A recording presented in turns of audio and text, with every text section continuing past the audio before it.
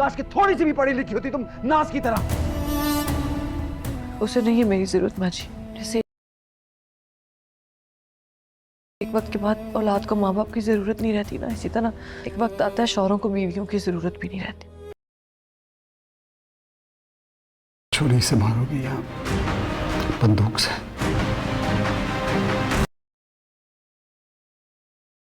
औरत कौन है? मेरी बीवी है। ड्रामा सीरियल आपकी इज़्ज़त में हम देखेंगे कि बीना जो है वो ताबिश की लव मैरिज होती है। दोनों की ज़िंदगी बहुत अच्छे से गुजर रही होती है, मगर बीना जो है वो इतनी ज़्यादा पढ़ी लिखी नहीं होती और ना ही बाहर के मामलात को इतनी अच्छी तरह से हैंडल कर सकती है और जान सकती है। जबकि ताबिश को अब पॉलिटिक्स में जाने का शौक़ है और वो पॉलिटिक ज्वाइन कर रहा है, जिसकी वजह से उसको एक ऐसी बीवी की ज़रूरत है जो कि उसके साथ बाहर के मामलात को भी हैंडल कर सके और दूसरे लोगों से मुलाकात भी कर सके। इस वजह से वो बीना से छुप कर शादी करना चाहता है और एक पढ़ी लिखी बीवी रख कर बाहर के मामलात को सेटल करना चाहता है, जिसके बारे में उसकी बीवी को नहीं पता।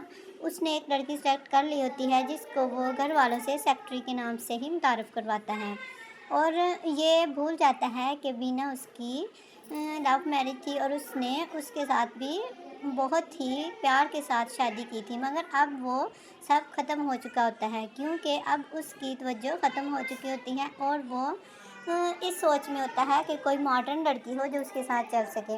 इन सब बातों का जब नाज के बारे में बीना को पता चलता है कि नाज उसकी सिर्फ सेक्रेटरी नहीं है बल्कि उसकी बहुत क्लोज़ फ्रेंड बन चुकी है, और जब भी वो नाज के बारे में बात करती है तो ताबिश को बहुत ज़्यादा गुस्सा आता है और ताबिश नाज के साथ जब बात करता है तो बहुत खुश होता है और ऐसे एक्टिंग करता है कि जैसे उसकी ज़िंदगी में कोई दुख नहीं रहा।